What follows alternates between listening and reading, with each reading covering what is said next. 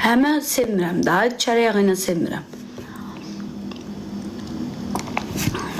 Bax, özü də şeylə pişirdiyi üçün, çərə yağı ilə pişirdiyi üçün uşaqlar heç biri də yeməyib.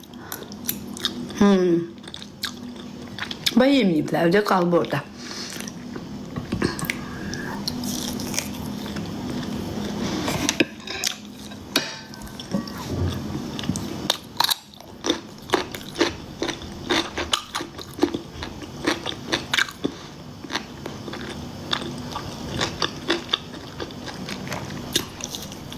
Mama.